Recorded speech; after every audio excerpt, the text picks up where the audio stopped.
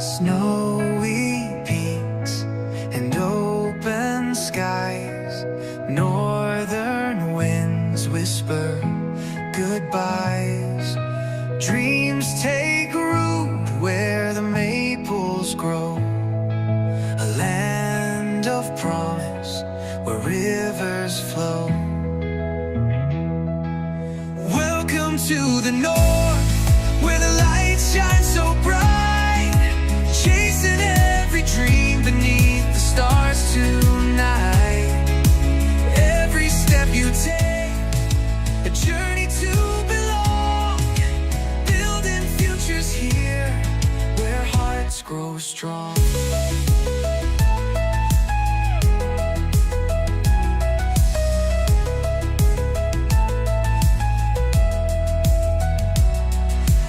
Lakes like mirrors, reflecting pride, from the Rockies to the ocean tide. Voices mingle in a tapestry, a world united in harmony. Welcome to the north, where the lights shine so bright, chasing every dream beneath the stars tonight. Every step you take, a journey to belong, building futures here where hearts grow strong.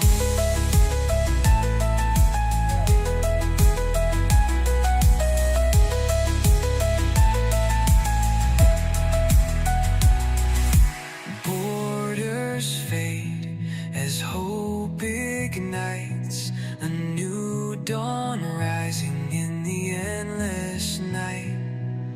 Together we climb, hand in hand we stand. You're home now in this welcoming land. Welcome to the north, where the light shines so bright, chasing every dream beneath the stars tonight. Every step you take, a journey to belong, building futures here where hearts grow strong.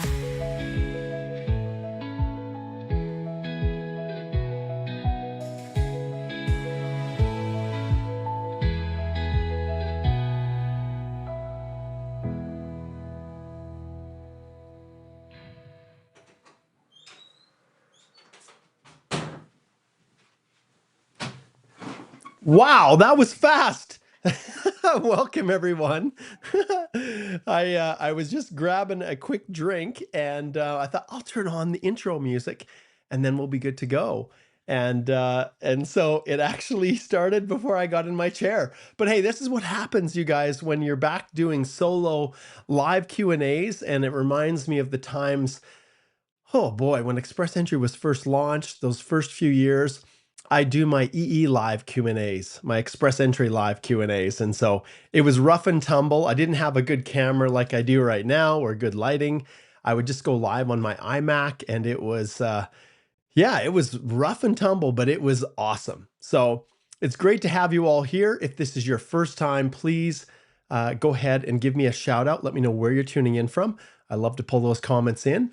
There's lots of questions, obviously, about Express Entry that are circulating, and what is the government going to do? They're proposing some new categories. Are they, what is it going to look like? If I start to study or I start to work in a certain occupation thinking it's on the targeted list, will I actually have an opportunity, or will the government go and change a bunch of things on me? So there's been a lot of things happening, although it's so strange. I feel like, I wonder if I even have her here. Let me see if I've got, oh, there's Minister Diab right here. I don't have her image all pretty like the other ones are, but Minister Diab right here, I just don't feel like she is nearly as vocal as our previous immigration minister. Like when you think of Minister Miller, it seemed like every other day he was tweeting something that was kind of, out there, or he was just so much more active out there. And Minister Diab is just going about doing her job, and releasing, announcements. Like I was just looking to see, like, what are some of the more recent news announcements she has made. Well, August the 1st, she extended the special measures for Palestinians. The one that just drives me crazy, I'll be honest, it drives me crazy, is on July 23rd, she announced that there would be $3.2 billion. That's not million, that is $billion over the next 3 years for over 520 organizations to improve newcomer integration services outside Quebec, which means $3.2 billion for Francophone. All right. So, any of you, excuse me, who are out there that are wondering whether or not it is worth it for you to start trying to learn French to be able to stay in Canada, $3.2 billion says, yeah, it's probably a good idea. Okay. And when we're talking about outside Quebec, we're talking about the federal immigration programs. And speaking from my own experience, last September, we decided to start English classes for free in Lethbridge. So my wife and I and a bunch of other awesome volunteers initiated our very first English language class in Lethbridge for real basic low-level learners who are maybe just arrived, don't have a real grasp of English, and are just at the beginner levels. There was a need for it. Lots of evidence, lots of courses to help people level up and get their CLB 5 and their CLB 7 for express entry, but ultimately not a lot at the kind of intro level. And so we started that, and then we've actually done 3 semesters since that time. And in that time period, we have seen funding for Francophone immigration just explode to the point where, my son is getting married on Saturday, son number 2 in Cardston, Alberta. And that's a small little town where our temple is here in southern Alberta. And as I drive into that little town of 2,500 people, 3,000, it's like, hey, come register for our Francophone school. Like this is rural Alberta. And so with $3.2 billion to be spread out over 520 organizations, that's quite a bit of money, like almost to the point where they can start building their own buildings. But at the same time, that money has to come from somewhere. And so what got cut? A lot of the English courses, the English programs that exist in the colleges and in the post-secondary institutions, other funding. So in our community, we've seen a real drop in the availability of English language training for people. So what does that mean? Well, our government, Minister Diab here, is driving the ship, okay?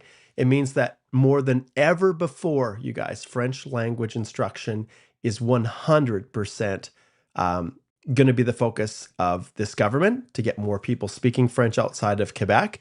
But also, if you're looking to stay and have pathways forward, that's where it's starting, okay? So thanks, Minister Diab, for making an appearance here. We might bring you back. But this is the world we're in. And if you are thinking anything different, you are going to be, you're going to be very surprised. Okay. All right. Let's give some shout outs for some people that are tuning in. If this is the first time that you've connected into the live Q&A, please let me know, like I said, where you're tuning in from. This is all about getting your questions answered. And we will go through as many as we can. I love when people are posting their thoughts, posting comments that are beneficial to a wide variety of people. I've been doing this for literally since, I think I even did a Q&A on my podcast. I called it the Canadian Immigration Podcast, Ask Me Anything or Question and Answer. I can't remember what it was, back in 2015. So we've been at this for a long time. It's hard to believe the podcast, the first episode was actually launched in 2014, almost 11 years ago. So the summer's been a little bit crazy. You've seen probably less coming out from me in terms of social presence. But like I said, I've had this month of August 3 weddings, a graduation, and a short little crammed in camping trip with all of our extended family, almost like a family reunion that we did this past weekend. Well, actually, I should say it was probably 2 weeks ago now.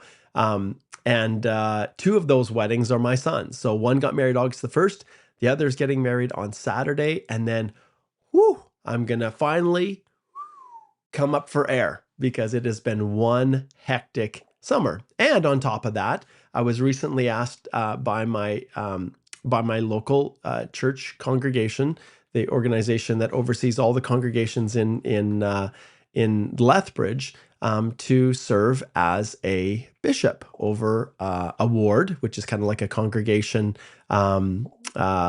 yeah, just like an individual congregation, there's multiple that meet in each building that we have here in Lethbridge, but for young single adults. So age 18 to 35 who are not yet married, they meet together, have their own meetings, they run their own organizations, and they ask me to serve as the bishop over that, which in our church, we're a lay ministry, so we're not paid. So it's kind of volunteer, but you get paid in other ways, right? Blessings. And these are all just the same age as all of my kids. So it's just been wonderful, but it's like getting a whole second job. And you know, your pastor, your minister, your local individuals out there in your churches, your rabbi, whatever it is, it's busy. And so responsibility for everything, including counseling, and sometimes they get married, and heaven forbid there's funerals and things like that. It's crazy. I'm back again, can marry people once again. So anyways, that's another thing that's added to everything that's going to put a little bit of strain on my ability to go live. But regardless, we've got an awesome team here at the firm. I'm super excited. I just hired another a legal assistant to help me for the first time, just to stay organized, because we have never been busier in the firm. And I do not want a single person who connects with us on our firm to and hires us to feel like we don't have time for them. So Nicole, so happy to have her join us here this past month in August, and she's just learning leaps and bounds, and she's been so good to help me stay organized and efficient and effective with really ministering to our clients and helping them, because these are dark days of immigration, aren't they? Okay, let's see here who we've got, and tuning in. Let's check in. You can see Cynthia right off the bat. She says, I'd like to ask, if you're using the Francophone mobility route and you are out of Canada, which jobs are eligible for spousal open work permit? Okay, so this is something that I want to show you. I'm going to flip over here if I can to the website. Okay, I'm going to click on here, and I'm just going to expand this so it fits a little bit better. What are you doing to me here? Oh, I see. Okay, because it's off the screen. Let's get this back on track. And that's, we're just about there. There we go. Okay, that'll work. Okay, so this is our firm website, and you'll see right here, blog and resources. This blog is awesome. If you have not yet gone here to check things out, you can search, do it. So the question here that Cynthia asks, if we just flip back here, she says, are you using the Francophone, or which jobs are eligible for the spousal open work permit? Well, if we flip back here to our website, I don't even go to the government site anymore. Igor's blog post is so much better. So if we go down here, you'll see there is a section on spousal open work permits. Changes are here. And this was written at the beginning of the year, January 14th, when those changes were coming. And if you go down here, you'll see for spousal open work permits, the changes. But for work permits, if the position is a tier 0 or 1, whether it's Francophone mobilité, whether it's an LMIA, whether it's a postgrad work permit, if the job that the principal spouse is working in is a tier 0 or 1, then all spouses will be able to get a spousal open work permit. But however, if it's not, then you have to specifically look at the occupation itself. And this is where it's so helpful, because Igor he's generated these. So if it's a tier 2 occupation right here, it has to be within one of these programs, one of these occupations. And I'll just zip through those. And if it is a tier 3, then you have to, let's go back here. I jumped right through it. A tier 3, then it's these positions here. Okay. So that's kind of how it worked. Go check out that blog post. Great resource for you, Cynthia. So there is some additional help, and there's lots of that out there. Okay. I'm going to come back to the specific questions. I want to give a big shout out. Adaniki says, you're welcome, sir. I'm not sure exactly what that is, but hey, thanks so much for being here. Okay, let's see who else we have here. Oh, Cram. I love this. Cram, maybe. So Cram is like Mark backwards. I love that.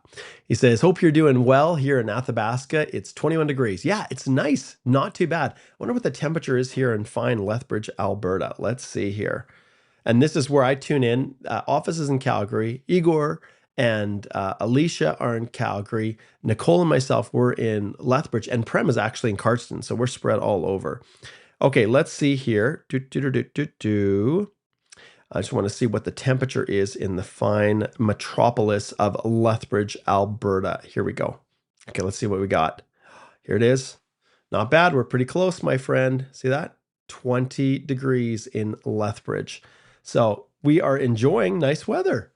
it's exciting to have weather that is, is worth going out and enjoying the sun. But I'm not one that really likes to get cooked too hot. So tomorrow I have a little bit of a break finally, where I can have a little bit of time. So I'm going to head out into the mountains and go check out a few cool spots where where I like to fish and just have a little bit of quiet time. That's tomorrow for me. But in the interim, I've got a ton of work, including a full day of consultations after this is over. I have some reviews. I've got an awesome H&C that I'm going to submit with a great UK client. We're going to get that submitted about between 5 and 6. We should be able to wrap it up and get it filed. And then from 6 through to about 9 o'clock, I have interviews with these awesome young adults. We talk about their education plans. We talk about what they want to do with themselves. We talk about struggles if they're just sad. We talk about challenges they're having. We, as a bishop, we talk about their, the things they're struggling with the commandments and things like that. So anyways, good times. I love it. And it's going to be awesome for the next 3 years. That's what I do. And then after that, then maybe I'll get to go back and they'll have me working with the 8 to 11-year-old boys doing fun activities and stuff once a week, which is what I did before. So you can serve anywhere. That's the cool part. Anywhere that they need you to do it. All right, let's keep zipping through here and let's see who else we can give them some shout outs to. Akil, hello. If you're just joining in, please give us a shout out. I want to say hello to all of you guys. So Akil, good to have you here.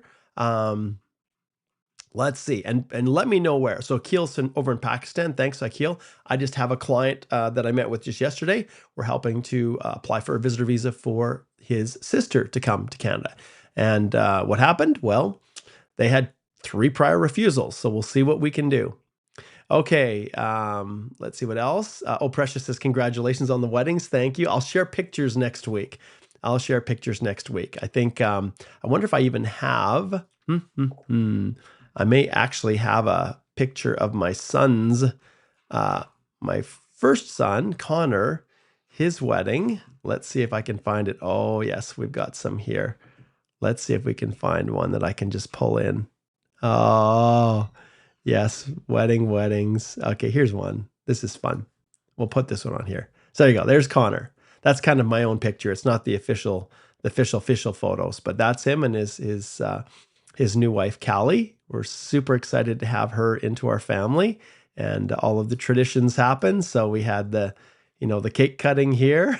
I think that's kind of something that we do here in Canada, the cutting of the cake. And then as they cut the cake, they also, they share a piece with each other, and then they kind of steal a little kiss, because that's what we do too in our weddings. But anyways, so that's Connor and Callie. Hard to believe that I have a son that's married, but I also have a daughter that's married, and one that I'm going to be a grandfather. I'm going to be a grandpa in December, which is so cool. Jessica is expecting, and and then, like I said before, my son Adam is going to be getting married here on Saturday, and just so stoked, so excited. Okay, let's get back to some other comments here, and then we'll dive right into the questions. Let's see. Talipia says, blessings on you and your entire family from out of Jamaica. Thank you so much. I'm going to put some applause in there. Thanks, Talipa. Okay, let's see who else we have here. And please just tell me where you're tuning in from. Let's see. We've got some. Okay, here we go. Jelani says, watching from Fernie, BC. Great to have you connect in, Jelani. My brother just rode his motorcycle out.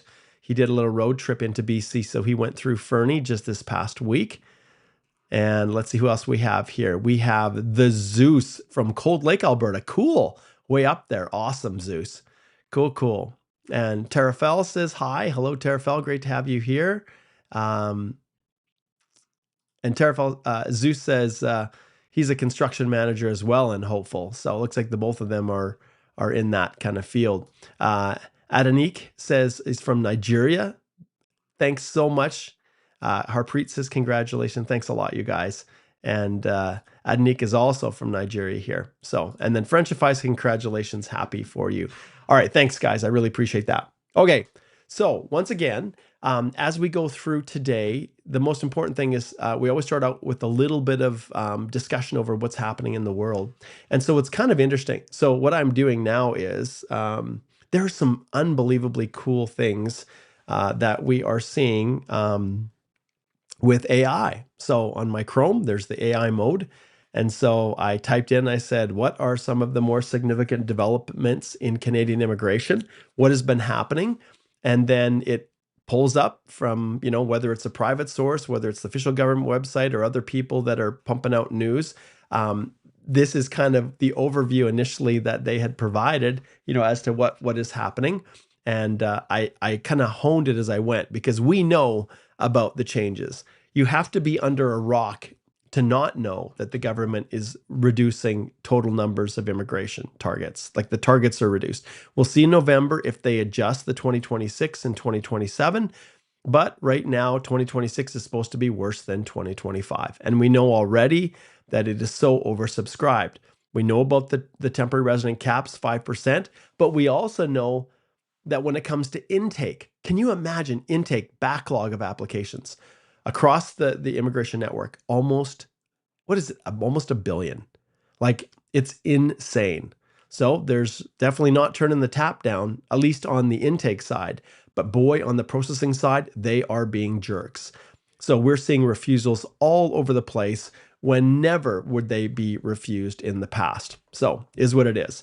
You can see they've been reducing the intake cap for students. They're still piling in, but you can see here they had a slight decrease from the 2024 targets, about 10%, but that's even then, it's not hitting the targets that they had anticipated. We talked about the updated eligibility in the past and what happens with postgrad work permits, spousal work permit changes that occurred earlier this year that are affecting a lot of people. And we just covered the first question on this topic. And then discussions about aligning postgrad work permits with Canada's immigration goals and labor market needs. Well, we'll see how that plays out. Then this is an interesting one that I want to point out to you guys. So new express entry categories. So the government is exploring the creation of new categories. So of course we have been saying, look, are you guys crazy? All of our senior managers are no longer qualified for express entry. So categories for probably C-suite, I don't see them bringing back job offers. I just don't. But if your position is in a C-suite level position, maybe it's a 0-0, then maybe they'll give you extra points to allow you to qualify. So they're looking at that. STEM, there's no tech, but they're talking about scientists and researchers and military personnel, whatever that is, right? We already have a grant of citizenship for some individuals who've served from their local forces abroad or foreign forces abroad who've served alongside the Canadian forces. So there's some that have grants of citizenship even that they give. And then what's going to happen with the priority sectors, right? They're going to continue to prioritize economic immigrants with skilled high demands, but are they going to expand from healthcare, construction, education? I still can't figure out I'll be honest, the STEM.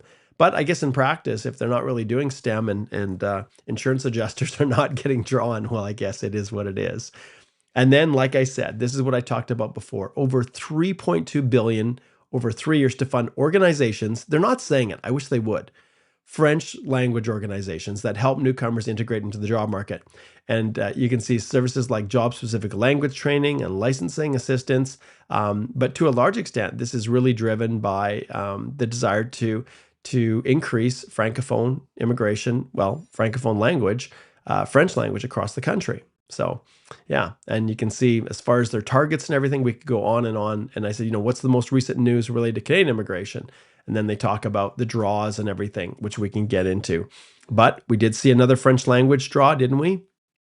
As well as a PNP and then healthcare as well we saw for category-based. And at the beginning of the month, we also saw a CEC slip in there, but it was pretty small at about 1,000. So then I said, okay, well, this is great. And then they talk about the backlogs, but this is something that's quite crazy, you guys. You can see here, the backlog actually grew by almost 60,000 applications between June and July. That is June and July reaching 901,000 applications with an overall inventory that stands at 2.22 million in the queue. Just crazy, hey? And then, of course, when you have an increase like this, it results in processing times increasing. So the service level standards fell to 59.5% below their 80% target. So they're only hitting like 59% of the processing for their various immigration streams. And, we know the PNPs, the visitor visa streams, those are taking a hit. And and then at the beginning of August, effective just about 6 days ago, you now need to have your medicals completed up front if you have not obtained one at all. And if you've obtained one within the last 5 years, then you may not need a new one, but still upload that old e-medical information sheet. Okay. And once again, what are they going to do? They're targeting managers, scientists, military personnel, Yukon nominee program. We talked about the Palestinian humanitarian measures that were announced by Minister Diab, the extension of those, and then enhanced settlement funding, which once again, $3.2 billion. Crazy. And then I love this. AI responses may include mistakes. Okay, so we take that as a grain of salt. Okay, let's jump back now. Let's see what else we've got cooking here. And it's so good to have you guys here joining. Let's dive in and see what we can do about getting some of these questions answered. And I'll try to do it a little bit quicker. It's a little bit more challenging when I'm reading, choosing, trying to decide. If you want to have a greater chance of getting your question answered, then what I recommend you do is ask questions that are of importance to a wide variety of people. If you say, Mark, should I leave Canada? Mark, what programs are good for me? I have this work experience. I have this education. Those things I can't answer in here. I will ring that bell and tell you to slide over to our firm website, where you then have the ability over here to click on speak to a lawyer and book a consult with one of us. Oh, that's kind of weird. It's kind of off kilter there a little bit. Wonder if I can adjust this at touch. Kind of. Go a little bit smaller. Well, there you go. Anyways, yes, our Google reviews, you can go check those out and see what people are saying about our fine little firm, but you can book a consult with any of us right here. It's super simple. You just click on 25-minute consult, and then you get the next available date, which for me, you can see here the 27th. Is that really the case? I actually have spots on the 27th? No, it's grayed out. Okay. For me, I am super busy. I was wondering how in the world, because I've got so many things done. If I click on Igor here, Igor actually has lots of availability tomorrow. So he's holding down the fort for us. So if you need any assistance, Igor is there. Alicia is still on vacation till the end of the month. So she's not going to be back until next month. And then things are going to kick off for her on September the 2nd with appointments available and availability. So for me, it is one busy, busy world for me, but that's what you do if you have a question that is specific and you need legal advice. Okay, let's jump in here. Oh, and I also want to point out something too.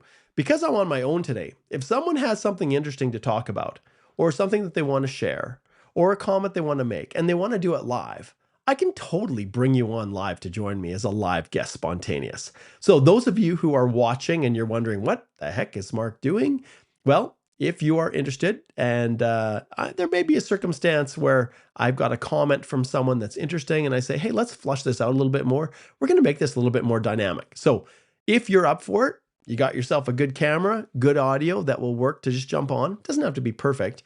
Then I may very well just pull you on and let's have a chat. I've done that for years before, and with Igor and Alicia joining me, there hasn't been as much of a need to kind of make things dynamic, so you don't have to listen to this guy talking the whole time, but let's see how this plays out.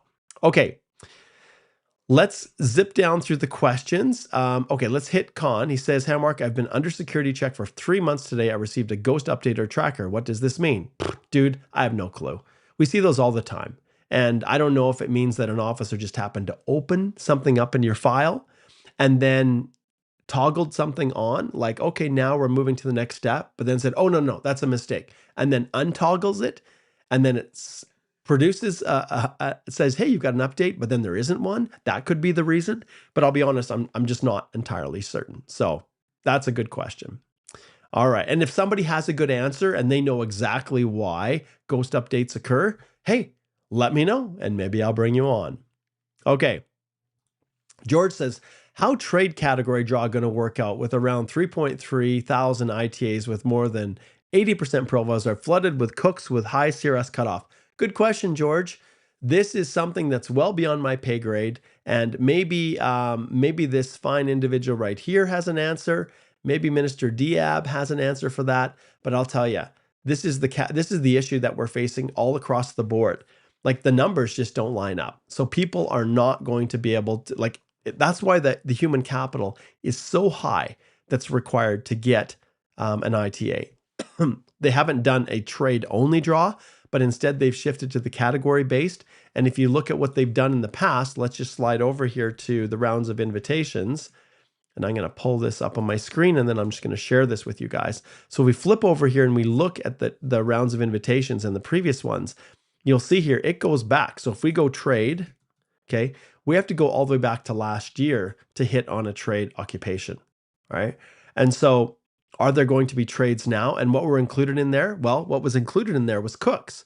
If we go back here and then we go up to the types of rounds of invitations, and then we scroll down, find out which categories. If we scroll down here, you'll see that trade still is on the list, but we just haven't seen anything. Like they haven't done any draws. So I guess they're trying to sort that out, I guess. Yeah. But if we go through and we look at the previous rounds here and we scroll down, you can see healthcare. So once again, we had healthcare on the 19th. We probably could have another draw this week. We'll see. Will it be a CEC? Could they do 2 in the same month? I don't know.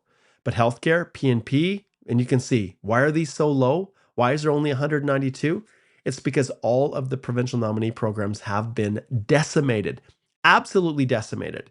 And if we go back to the annual levels plans, we pull up our supplementary information here, we go down, you guys can see why.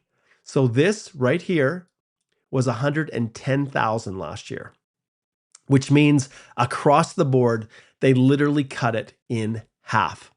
And so when you have things like that happening, then it's clear that with the rounds of invitations, that there's just not going to be as many people going through. And in fact, there are very, very few that are going through. Because remember, not only with the P&Ps, there's 192 through express entry on this particular draw. A lot of them are going through other pathways that are non-express entry. So it's a mess. And then, of course, it's been a while since we had another French, but it's alive and well, you guys.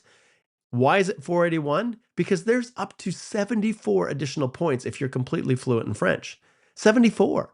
So, individuals at this level here are, could be just over 400 with their regular human capital. And because of the French, it pushes them up to a level of 481. And that's why the totals are still high.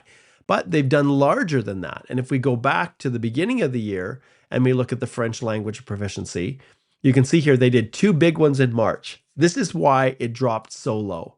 These individuals, once again, if you have perfect French, you could be scoring as high as 74 additional points. So this person could be just marginally over 300 in terms of their overall human capital.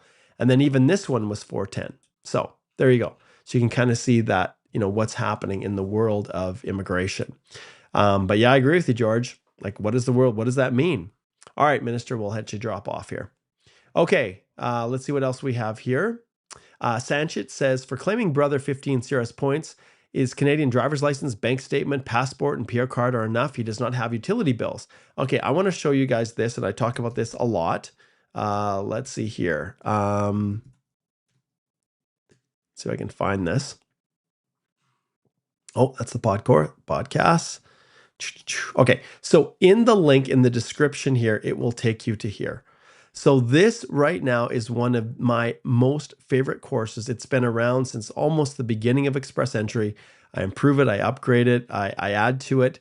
In addition to the course, we have a bi-weekly masterclass where you come in, ask me anything, but we can really drill down. You can ask very specific questions. It's in almost like a Zoom kind of format where you can come right on and talk, show your face, audio, text your message in, and every 2 weeks we meet. And when you subscribe to the course here, the Express Entry Accelerator right here, this course is literally going to be accessible to you for life.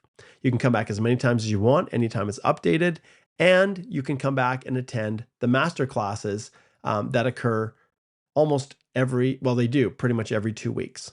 Okay. So this question, the reason I'm bringing this up is because Sanchit, I described there's a lesson devoted to proving your sibling relationship to get those extra 50 points. So is a Canadian driver's license? Yes, that's instructive, showing that the person lives in Ontario and their address.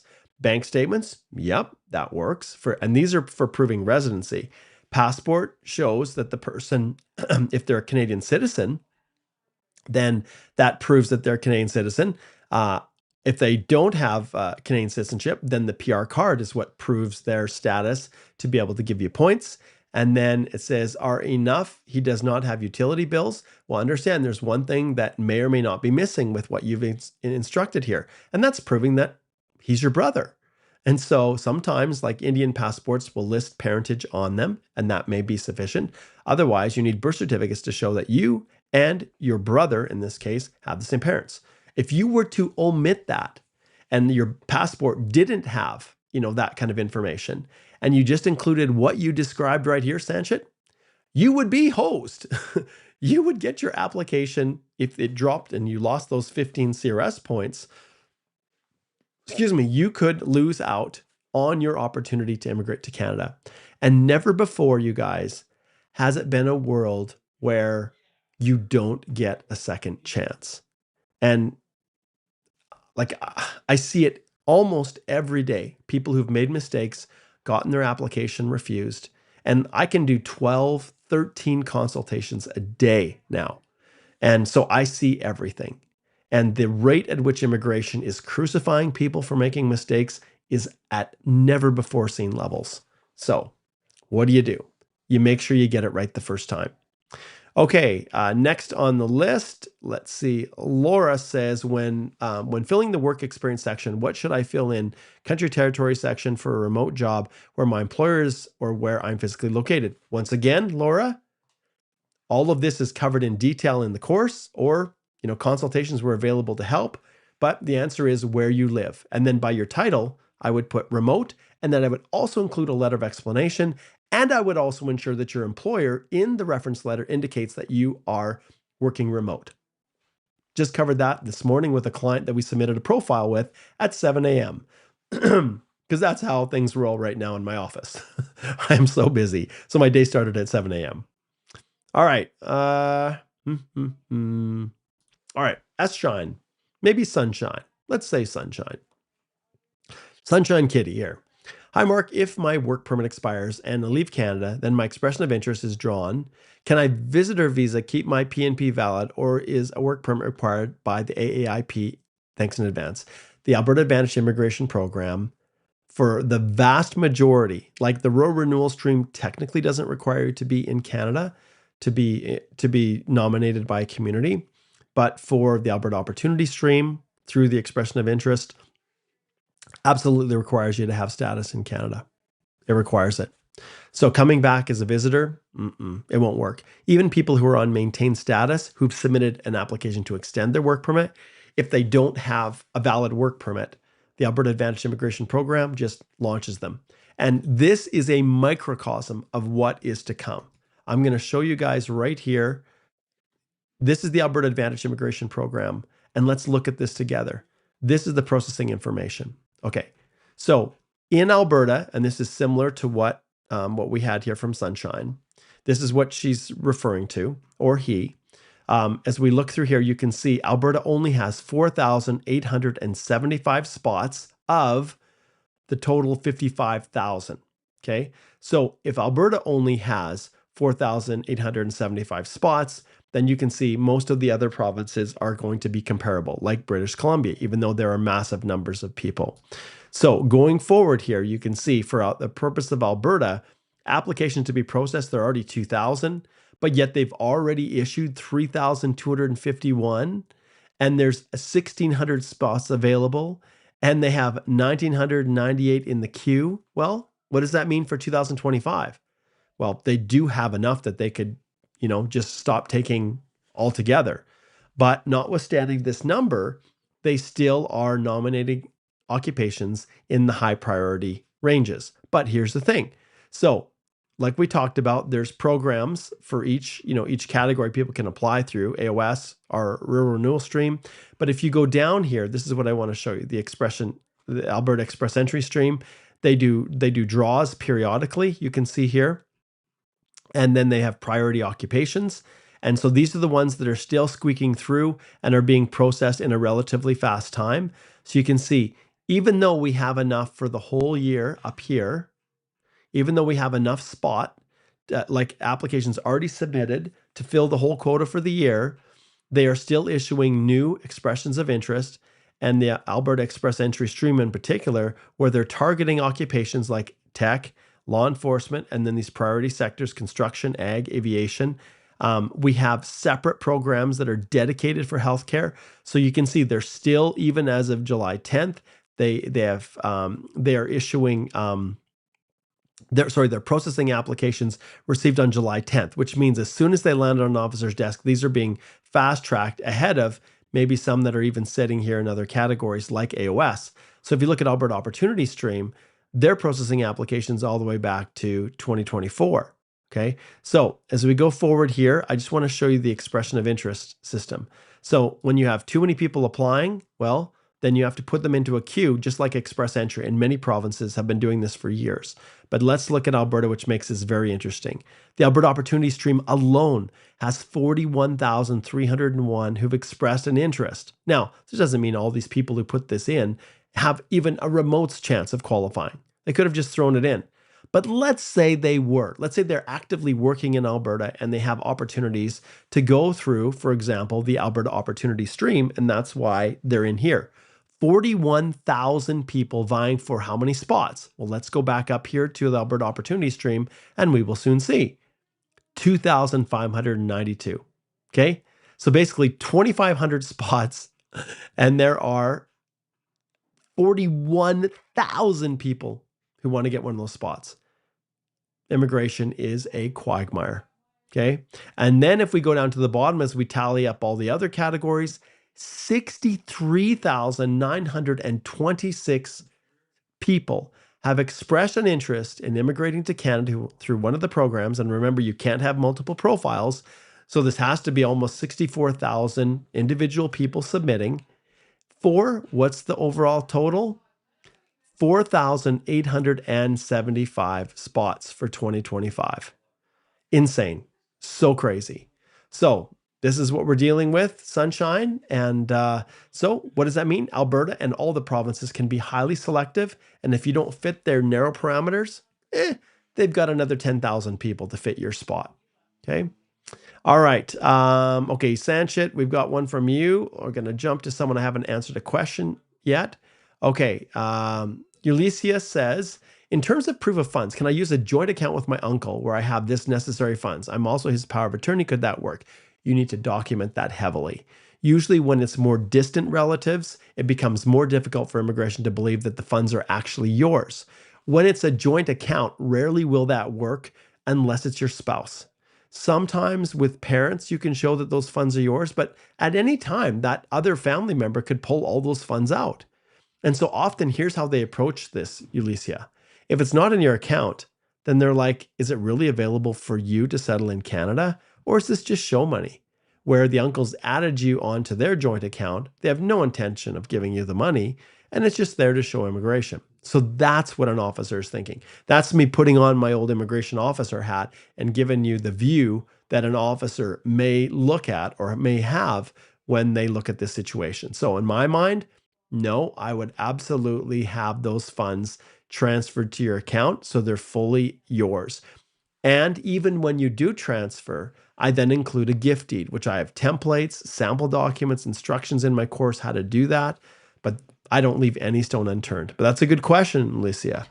I'll give you one of these in applause. Okay, Nicole says, hey, could we discuss a little bit about the 1% cap that Daniel Smith talked about in April? Okay, so I'm going to take this and I'm going to go over to my friend right here and I'm going to type, what do you know about the 1% cap mentioned by Danielle Smith in Alberta? Okay, now I'm going to flip my screen over and I'll show you guys. All right, let's see. Let's see what comes up here. 4 searches. Okay. Refers to her request for the federal government to limit new permanent and temporary residents to approximately 1% of the province's population annually. She has called for federal support to manage immigration levels, arguing that rapid population growth is straining public services. So, the target for Alberta is about 50,000 people per year, which aligns with historical levels. Well, this is all fine and dandy, and Danielle Smith can say whatever she wants. What she's saying is we have so many people right now that we are struggling to keep up with infrastructure. And Alberta is building houses, I don't know, arguably at some of the fastest rates that exist in the country. But it still puts significant strain on public services, which all of you know. Of course it is. You guys are having trouble finding houses to live. You're having trouble finding jobs. It's hard to get into a doctor. You go to emergency, you sit there for 12 hours, right? All of this is a product of a system that is overtaxed. Now, it's not your fault. You guys that chose to come here and study were just following the rules. You were doing what you were fully entitled to do. Apply for a study permit, apply for a work permit. But there was no check or balance on the number of people that came in. And so now we're in this situation. And so everybody's scrambling to try to find a solution to it.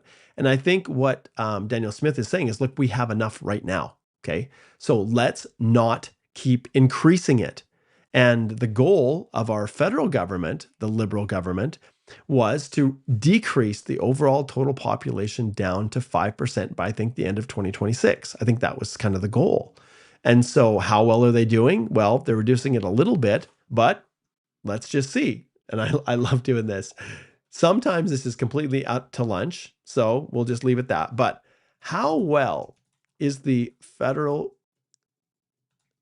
government doing in reducing overall temporary resident numbers? Actually, reducing our temporary numbers to 5% of the Canadian population. This is what they campaigned on. Well, even before the campaign. So let's see what they say here. See, this is what by the end of 2026, so I was right there. Persistent high numbers continue to climb through late 2024 to 2025, reaching nearly 3 million people by mid-2025. Slow decline. While the proportion did decline slightly from a peak of 7.4% on October to 7.12%, this is still significantly above the 5% target. So what do you guys think, right? Asylum seeking is off the charts. Record high, 470,000. Isn't that crazy? So realistic timeline, like, is it really possible to reduce by 2026, right? It's unrealistic. Coordinated effort. Well, they've been doing everything to shut down every pathway for you guys, putting more stringent caps, all of this. So it's just so interesting to see how much was political and how much is reality. But one thing's for certain, those in the low wage category, if you're working in positions that are low wage, tier 4, tier 5, or, well, they've reclassified what low wage is, anything almost, $30 in some provinces up to $36 in others. Like, it's just arbitrarily saying, look, all you people that are working in low wage, we don't need you. Yep, that's what they're saying. Okay, let's keep zipping through here, get to some more questions. Okay, Laura says in the personal history section, do I need to mention that I am doing in foreign country while doing a remote job from that country? Okay, well, personal history over the last 10 years, you need to include everything, including if you're working virtually. So yes, Laura, you do need to include it. And when you don't, that's when it can start to become a problem. One other thing that I'll point out to all of you is that if you are in a situation where you're putting something in your express entry or your permanent resident application or another permanent resident application that is not 100% consistent with what you put in your original study permit application or your extension of your study permit in Canada if you needed to do that, or your postgrad work permit application, you are exposing yourself to a whole world of hate. Man, a whole world of pain because they're scrubbing it. They're looking for reasons to bounce it. So, okay. Precious asked the question here that I don't think I have an answer for. Have people been successful in finding employment within the New Brunswick Critical Worker Pilot Partners with 6 employers, internationals in the U.S. specifically? Yeah, good luck with that. Most of those companies already have people identified, and it's as much a retention as anything else. But yeah, I'm welcome other people that have comments on that. Okay. Okay. Harpreet says, what's the timeline of Portal 1 after completing biometrics and medical and CEC? The timeline is drastically dropping. Part of the reason is because now they're requiring people to include their immigration medicals. Now, a lot of people already have medicals, but to do it up front eliminates the need for them to send a 1017 form for you to go back and now get the medical while your EAPR application is processing. That causes delay. And they can't just go through it, approve it, review it, approve it all in one shot and move on to the next file. So now that they're starting to shift and require medicals up front, I think it will have an impact on the processing times, and I think they will start to come down. So what's the timeline for Portal 1 after completing biometrics? If we go to the IRCC processing times, I think I've talked with you guys about this before. When I was, I think it was immediate past chair or chair of the Canadian Bar Association, we had a meeting with the immigration minister, then Sean Fraser, and the processing times for IRCC were not an accurate reflection of what was happening. So, for example, if we went to economic immigration, like we're doing here, and we did the federal skilled worker program here, and I click processing, here it says 7 months, but in reality, it would say 6 months. And then the real processing times were like 21. And the minister said, well, these are our kind of our service level expectations. And I'm like, well, why are you putting something down that isn't accurate or true? So the service level is supposed to be 6 months, but you can see even Express Entry, which has the most backing of cabinet to ensure that the processing times stay down. For federal skilled workers, it's still above by 1 month the service level standard of 6. So if we go back here and we look at Canadian Experience class, which is yours, and we click on it, you see that it is under. So I'm saying once you get your biometrics, you're probably looking at about 3 to 4 months processing. Okay, that's kind of my view on that. Okay, Meet Patel says, temporarily working in the U.S. on a TN who received invitation to apply for postgrad for parent-grandparent. The year of 24, they exclusively worked in U.S. and filed their tax in U.S. Do we need to file here in Canada as well? Hey, if this is a parent-grandparent, then you could be in a whole host of problems. Because part of that whole process is that you are working in Canada. And I think parent-grandparent, I think is what you're talking about. Yeah, so that's the issue. This is one where I'm clicking on ring the bell, Meet Patel, because if you're not in Canada, there could very well be problems with your eligibility as a sponsor if that's the program.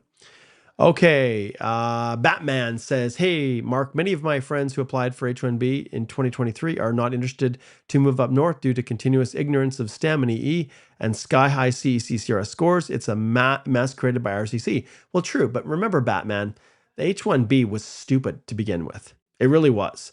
Like, the reality is the vast majority of people had no intention of moving to Canada, as long as the H-1B was there and they're making a boatload of money. Now, some, true, did come, but largely it was because they saw that their maybe jobs were coming to an end or things like that. And I had 3 recent consultations to help people prepare to come to Canada. A couple times, jobs were ended. And those who are in the US and are now realizing, oh my goodness, with the Trump administration, my prospects are even less, well, they're interested in coming. But the reality is there's no guarantees no matter which side of the border you're on. And so, at the end of the day, it's a tough spot for anyone to be in. Yeah, CEC is sky high. Yeah, the STEM doesn't include tech. Like, it is a mess. I agree, 100%. Okay, let's see what else we have here. Let's see. We've got one here from Zeus. Okay, Alberta Express Entry Stream, worker expression of interest point grid on education. Are both questions related to each other or independent? An example is I have a post-grad in Ontario, but that option is not there. I would need to see this specifically, Zeus, what you're referring to. Yeah, it all comes down to eligibility for the programs, right? So if you have work experience and you are a post-grad from another province, you got your schooling in another province, there is no real programs that you're eligible for. The accelerated tech, maybe, if you have a job offer and you're working, the rural renewal stream, maybe, but not the Alberta Opportunity Stream. So that's one of the reasons why they don't have it, because you may not be eligible, at least to claim those points. But I need to see specifically what you're referring to. So book a consult and we can take a look, because it's something you don't want to take chances with. Okay, let's see here. Terraful, doubtful there's going to be an actual trade draw. Oh, I guess there could be a trade draw relatively soon. I guess it's been a while. We haven't seen anything for the entirety of the year, which is kind of bizarre. I think that's the case. I don't think we've had a trade draw all year. Let's just take a quick look here. I'll slide over here. Trade. It looks like the last was 2024. So we're overdue and the scores are low. So theoretically, if they did, you'd have a shot, my friend. You'd have a shot. Okay, Norman says, on postgrad with Canadian spouse who will move to Canada soon. Marriage is legal, but under 1 year. Should sponsorship wait until 1 year or can it be submitted now? No, you can do it right now. Just make sure you got all the documentation. Yep, you can. Let's see what's next here.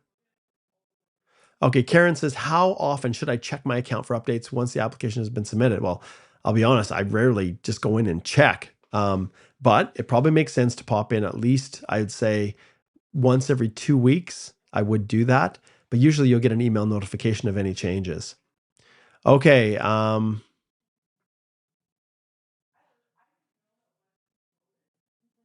just trying to figure out what Bookkeeper is saying here. Can you please explain about some requirements to persuade when somebody is looking for a tier 1 position, like certificates, salaries, and background needs? Thanks. I don't know what that means. You can repost a Bookkeeper. Let's see what is next here. Trying to zip through these as quick as I can. Okay, Frenchify. Well, there's a good handle there, isn't there? I've sent my passport for stamping for PR via French. Do I need my IRCC account anymore? Once the passport is stamped, do I need to fill any requirements via my account? You just once your passport is stamped, it should come back to you. And if you're immigrated to Canada through the PR program, they should give you your confirmation of permanent residence with the visa imprinted in your passport, if that's the case, and then you travel to Canada. Do I need my IRC account anymore? Always keep it. Always keep access to it. You never know. Okay. Okay. Nikunj says, hello from Montreal. New RCIC here while waiting for my license. Oh, cool. Good. Going to start my practice. So both excited and scared at the same time. Words of advice: learn the law. Don't rely on learning off the backs of your clients, Nikunj. Actually, stay up to speed with the law. Read the act, read the regulations, understand how statutory interpretation works, pay close attention to the changes on the government website, do your work, put the effort in to become knowledgeable, and then you can be a good representative. But if you don't do that, or you just kind of go by whatever, fly by the seat of your pants, and you know a little bit more than the person you're representing, then don't practice as an immigration consultant. I know you didn't get into this unless you were willing to put the effort in. So do the work, be a good one. Okay. Yeah, right, Spider-Man. French language, the levels are super high. Okay, Akil says, with so much investment in French programs, how you see French category outside Canada panning out? Would CRS score for French category get so high that you could not be invited from outside? I guess it's possible. We know there's only one place it's going to go, guys, up. So the French language, everybody's studying. So that's why the scores are so high. And remember, if you're a Canadian Experienced Class candidate and you have to go home, you could literally be home for almost 2 years and still be eligible for consideration out of the Canadian Experienced Class. So it's 1 year in the previous 3 years. So yeah, that's also going to put upward pressure on the scores. Okay, Lorena says, if the postgrad is expiring soon, CRS score still low, is going back to school master's the best option to stay here? Many blessings. I'm going to ring the triangle, Lorena. We would need to look at a whole bunch more before I could answer that question. Michiko says, solo flight, Mark, just like the old times. That is true. Solo flight. I wish I had I used to have the explosion and the confetti coming down and stuff, but I don't think I have any of those. I don't think I have any of that, those little overlays or anything like that. I don't think so. No, I don't think so.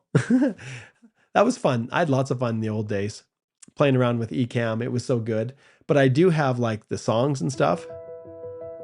If you're late joining, I love this song. It's a cool one. This is kind of the intro song that I played when we're waiting to join. Snowy peaks and Anyways, stay tuned at the end because I'll play it at the end. Okay. Prateet says, hey, Mark, will IRCC conduct the 5th healthcare draw in 2025? My CRS score is 470, currently in social service occupation. What are my chances? CRS will go up to 508 in December due to 1 year of foreign experience. Hang tight, Prateet. Everything is a mystery. Nobody knows for certain. There's someone back there who's like crunching the numbers and giving the order, but they are always and will be tight-lipped about what's to happen. Rubiette says, any chance for a STEM draw this year? All right, let's pull it up. Here we go. I need a bigger one. I need a bigger crystal ball here. Let's see if I can, oh, wrong one. This hand comes over, there. Oh, that's too hard.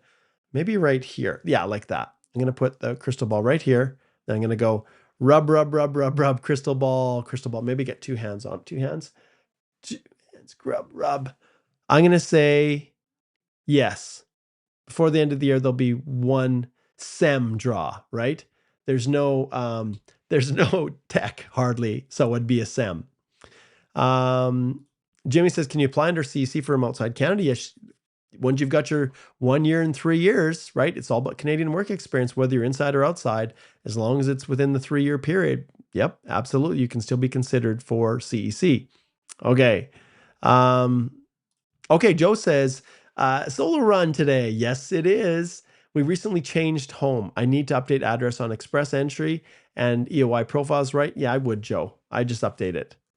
Now, Joe, I thought you were done. I thought you had gotten your permanent residence. Maybe not, Joe. Maybe I'm confusing you with somebody else. I thought you've been hanging around for so long. I thought maybe you had, we're moving forward. Maybe it was because you got a PNP. I don't know, a nomination. We'll see. Okay. Okay, let's see here. Perul says, hey, I have received a Manitoba PNP and opted to PNP Express Entry. I am working in province since last 3 years, and I believe I need to show proof of funds. I am also CEC eligible. Do I need proof of funds? If you are eligible under the Canadian Experience class, IRCC does not require you to provide funds. And in that spot, you will say, please note, I've been drawn under the Canadian Experience class, and as such, I'm not required to provide settlement funds. However, Perul, listen very carefully. That is the general rule. But you, my friend, cannot rely on that as exactly what you need to do, because I am qualifying this, that I don't know what your exact situation is. When it comes to the express entry process, what you needed to establish for the province. And so that is the general rule. But for your situation, I would need a lot more information, once again, in order to determine 100% that is the case. Okay. Anytime you say that is a situation where I ring the bell, because I don't want to have missed something about your situation that would change the advice that I gave you. So these are all about information and not legal advice. So slide over, book a consult, and happy to chat. Okay. Laura says, do I need to submit medicals again for my express entry application after having submitted during previous application? No. When you say previous application, well, I guess I should ask that question. When you are uploading, if you've got a medical that's valid within the last 5 years, then you're going to upload a copy of it within your EAPR when you submit it after you get your ITA. And if you don't have one, if you've never obtained one, then you have to get it up front now. So that's kind of the rule for express entry. Okay, Perul says, I'm working for the Canadian government and earning pension of 8%, which is accessible on termination, resignation, or retirement. Can this be shown as proof of funds? Only if it's cashed out. Only if it's cashed out in your bank account. Yep. So defined contribution pension plan, you would have to cash it out into cash and then use it.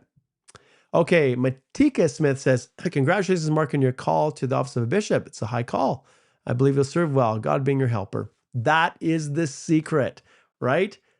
You know, what do? How do you help people? How do you advise people? Well, my motto is pretty simple.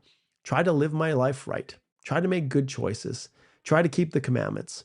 Try to do things that would make my Father proud of me. Both my Heavenly Father as well as my earthly Father, that is now with my Heavenly Father on the other side.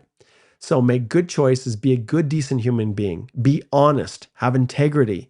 And then I feel like, and we believe very firmly in our church, that there is, that Heavenly Father can talk to us today, that we can ask questions and receive inspiration on what to do, challenges, problems. And as a bishop, I have a huge responsibility over all of those 200 young single adults that are a part of my ward. And they may come to me and need help.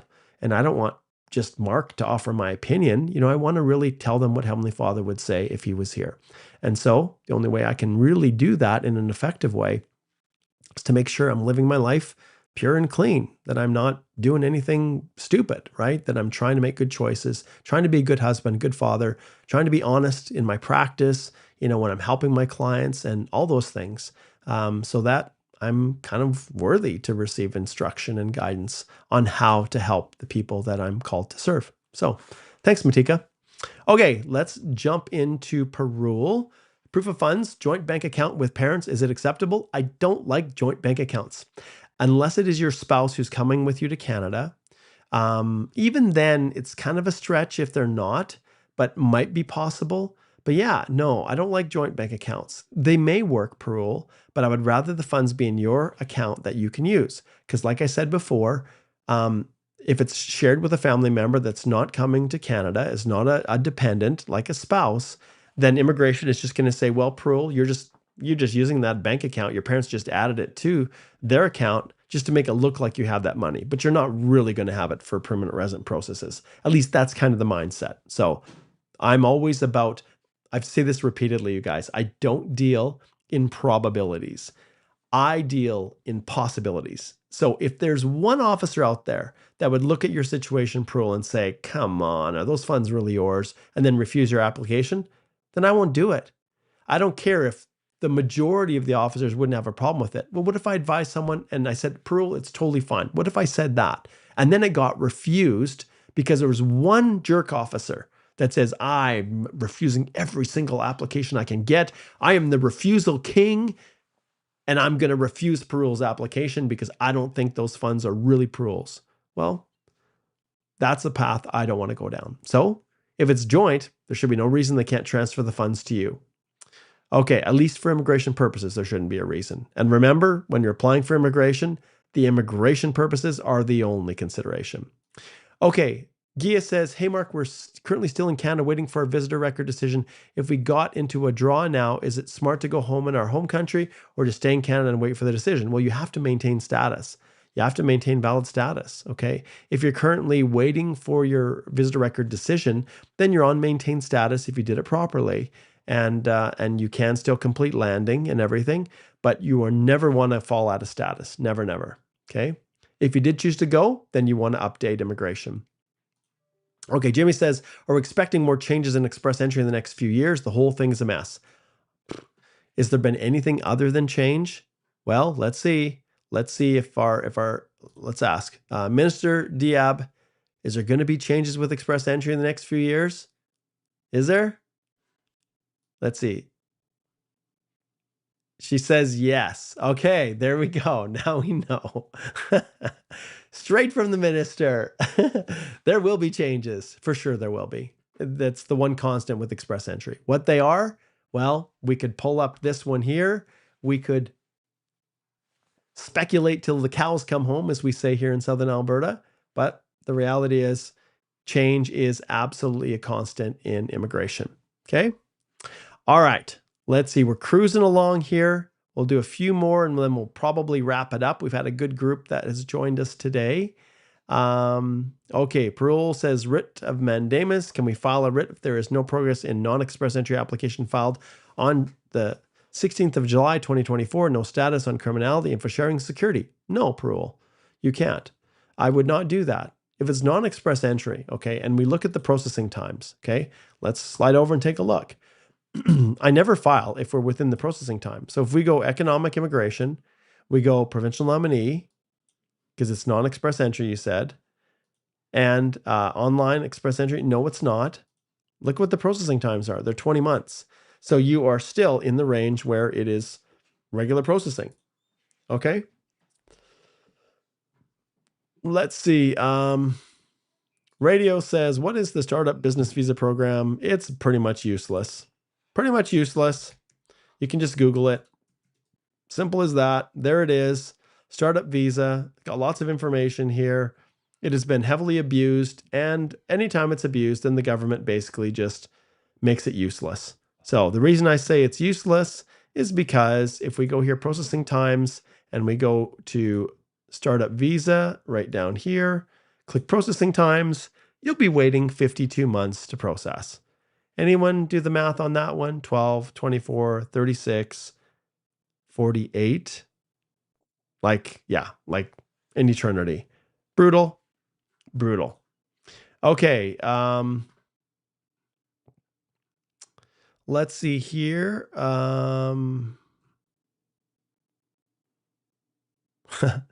And this is part of the reason why the startup visa program sucks. So if you get PR because of the startup business visa program and you don't do the businesses after you land and get the PR, is the PR revoked? Okay, I'm not even going to answer that question. I'm not going to. But this is the reason the good programs are destroyed, because people are not legitimately using them for the purposes that they were created. Same reason the entrepreneur programs and PNPs are basically useless, because people create businesses solely as a vehicle to get immigration with no intention of doing anything. The whole purpose of these entrepreneur programs and the startup is to bring new ideas, new innovation, create jobs for Canadians. And if it's all a fiction, then, well, there you have it. So no, I'm not even going to answer that question. This is why the good programs are shot down. Okay, Notorious says, I agree, Mark, and while you return home after your work permit expires, study French and make yourself more eligible for PR. Yeah, that's one of the advantages. Okay, Prathik says, what would be the cutoff for STEM? Oh, over 500, I'm sure. Over 500 for sure. It's just been an eternity, so I'm saying over 500. Okay, let's see here.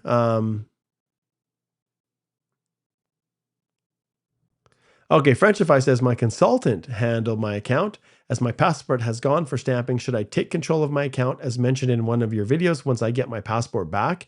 Well, yeah, you can. That would be wise to do that. Then you have control and you can decide what you want to do in the future. But if you've got permanent residence, at least I can't tell. It looks like, I think, well, I don't know. I don't know if it's permanent residence or a study permit or a work permit, but it's good. You need to you need to have control of it. Otherwise, your consultant, hopefully they would have filed in their own representative portal, but it's up to you what you want to do. You just don't want to be in a situation where they didn't submit through the representative portal. They submitted it through the IRCC secure account or your personal one, and then they control the email and password. That's not cool. That's contrary to what immigration wants to see happen. You need to have control of it. Okay. Vita says, what's the title of your intro song? It's called Welcome to the North. Yeah, it's pretty cool. Welcome to the North is the name of the song. We'll play it at the end. Okay, yep, Alvin said the same thing. Wait, is there a new minister, Joe says? Well, the new minister is, let me pull up. The new minister is Minister Diab, okay? So the other minister that was just basically a joke minister that served no purpose other than for politics and political purposes.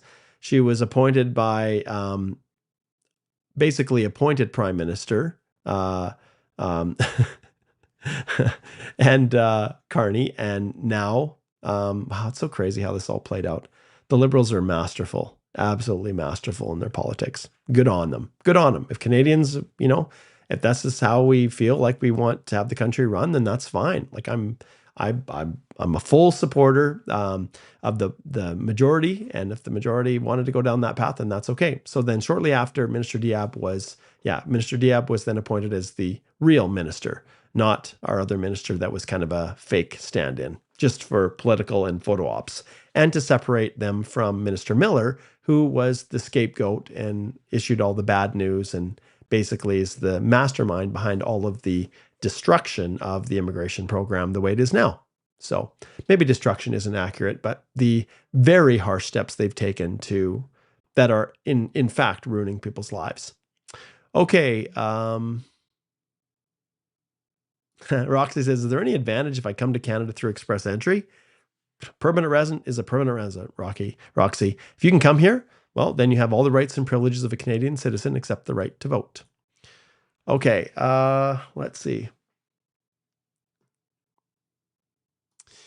Rubiette says, if I'm the primary applicant for express entry and my spouse is accompanying me, can I use her bank statement as part of the proof of funds? Yes, you can. Make sure you've got a statement. Sometimes I like it to be a sworn statement that says these funds are available to be used for both of us, our family, as we settle in Canada. Okay, man, I've got one itchy nose. I'm sorry, guys. Okay. This is a tough one. Okay. RU says TR status got expired and we are still waiting for a positive LMIA. And it's been 8 months now. And it says 1 year and 2 weeks to process. Should I exit or remain in Canada and get the restoration? If you have been out of status, if it's expired, if it's within, and it's been 8 months now, like if you're not 90 days to restore, after that, you're not restoring. You need to file a temporary resident permit application with that restoration application, and there's no guarantees with that. None. Okay, 4K Planet says, so looking ahead this year, what do you think will be the lowest CRS score for a Canadian Experience class draw in 2025? 2025, I think, let's just take a look at it. This is, obviously we're constantly pulling up our crystal ball here, but let's slide over here and let's just take a look. So we know for the Canadian Experience class, there's a bunch of different draws. So if you're talking purely about Canadian Experience class, so let's just type in here, Canadian, we'll pull it up. So for this year, we can see there was a little bit of a string in June and July, which caused the scores to go down slightly, but they keep popping up above 530 when the draws are smaller. And you can see even smaller at 500, it was like 547. So it really depends on how many ITAs they plan on issuing. So if we go to the rounds, the levels plans, we can see that for federal economic priorities, if we click on here, this includes the category-based draws, okay? And then if we go here, in Canada Focus, that's really CEC for the most part. The regional immigration pathways can also come from federal skilled worker, federal skilled trade, but those are still people who are in Canada. And so when you look at the numbers, you can't just go by, well, how many invitations to apply have been issued this year, and then do the math and say, well, there's no more space, because really by about this time, they're issuing they're issuing invitations for people that are likely going to land in 2026. So when you look at the overall numbers, the reality is they could go down as low. Look at this crazy 39,000. They could go as low as 39,000 or as high as 89,000. So, but their target is 82,980 for essentially CEC. So now, with that being said, understand people could be CEC still and go through one of the category-based draws, which is very likely. But for all intents and purposes, we have these numbers here. If they were to go up, like 2026 says they're going down, so we don't anticipate that they're going to increase in volume. But yeah, if I look at the overall totals here, let's just see which one is it right here. Yeah. Okay, so if the lowest so far is 518, I think that's the lowest for this year. Yep, 518. If they were to do a bunch here at the end of the year, all built up for next year, then it's possible. Well, let's take a look. So we know 518. This is how we go through this process. We go back and look at, okay, here's the draw, the score of the candidates that were there. I still don't know why they don't break this down. It's so irritating. But at the time in which that draw happened, so the pool as of August the 17th, which was 2 days before the last draw, if we look at this, so basically we're subtracting the 2,500 out of here for healthcare. So they're coming out, and we know that the lowest candidate was 470. So we're pulling even from this category, this group right here, this group, and some of these. So there's still a whack. So you can see 22,000 up here, then probably another 20, 30, almost 40,000 here. So the likelihood of it going down, even if we just had a CEC and we pulled from here, and we looked at the 490 to 500, 12,000, it would be a lot of nominations, invitations to apply to get below 500. So my thought process on this is that they're not going to break 500 this year. If they were to get down to 508, maybe, I think that would be, or 507, like just straight CEC. I think that's probably what I would be targeting. Okay, around there. Okay. Yeah, Parthik says 476, any chance? I don't think so. Not this year anyways. I think we haven't done one, and so the scores are going to be super high. Let's see here. Nash says, yeah, we're just looking into this, but let's just take a look.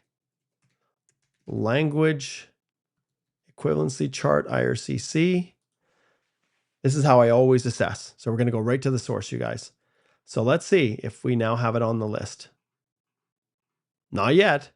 So they may have announced it, but for express entry purposes, for express entry, we're not seeing any changes. And this was last updated a week ago. So I don't see anything yet. So they may have announced that it's coming, but it's not appearing here. It's still CELPIP, IELTS, PTE, the Pearson test, TEF, and TCF. So there we go. Okay, few last minute, and then we're going to shut her down. We do have a super chat. Here we go. A little bit of applause for Cruel. Okay, now remember, if it is I, it makes it difficult, but you have forced my hand, and I will pull this up and take a look. See if there's something I can offer generally. Okay, I'm assuming friend, maybe FRD. Filed divorce after filing non-express entry, non-accompanying spouse. She updated the IRCC. Do she need to file any revised forms? Past eligibility, any impact? Divorce petition is still pending. Parul, I can't answer that without talking with your friend. Have your friend book a consult. The reality is, so if you look at your situation here, filed divorce after filing the non-express entry, non-accompanying, yes, once the divorce goes through, but even filing the divorce, I would notify them, hey, I've now submitted the divorce proceedings, so I've already listed them as non-accompanying. They're not being included, but just want to let you know, and as soon as the divorce happens, I'll let you know as well. Because that spouse, unless they're considered to be, well, maybe they consider them as being living like legally separated. And in that case, then you don't need to provide other additional information. But yeah, I advise them, once the divorce is in place, then your status is no longer legally separated. It is divorced. So, but have the friend right here, Parul, book a consult. Okay. Justin says, with spouse accompanying, our score is 510, and without accompanying score, 520. Yep, they punish married couples or common law couples. Spouse going to India for surgery and was not working for the past 6 months due to medical. Is it okay to apply a loan? Justin, if she's not here, then you can list them as non-accompanying. But if you expect them to come back, IRCC will allege misrepresentation. I've seen it countless times when you say a spouse is non-accompanying, but they're with you in Canada. So you need to clarify very clearly that no, they are not in Canada and that they are not intending to come right away. When I file my permanent residence, I'll sponsor them later. And then Akil, maybe this is our last question, says, take out the crystal ball. All right, my friend, the crystal ball is out. He says, tell me, with 530 CRS French, will I get an ITA next year? And thank you for these sessions. Bless you. Akil, I cannot see any world where 530 CRS points with French next year. I can't see a world where it won't get you an ITA. So if I'm testing the wind, I would say your chances are exceptionally good. That's it. All right, guys, we're going to wrap it up. Gonna wrap it up with a closing of the song here. Thanks for joining me as always. Remember, this is sponsored by the Express Entry Masterclass right here. Snowy peaks and open. We'll turn that down a bit. If you have not subscribed yet, you're going through Express Entry. Guys, this is not your Reddit channel, your Reddit thread.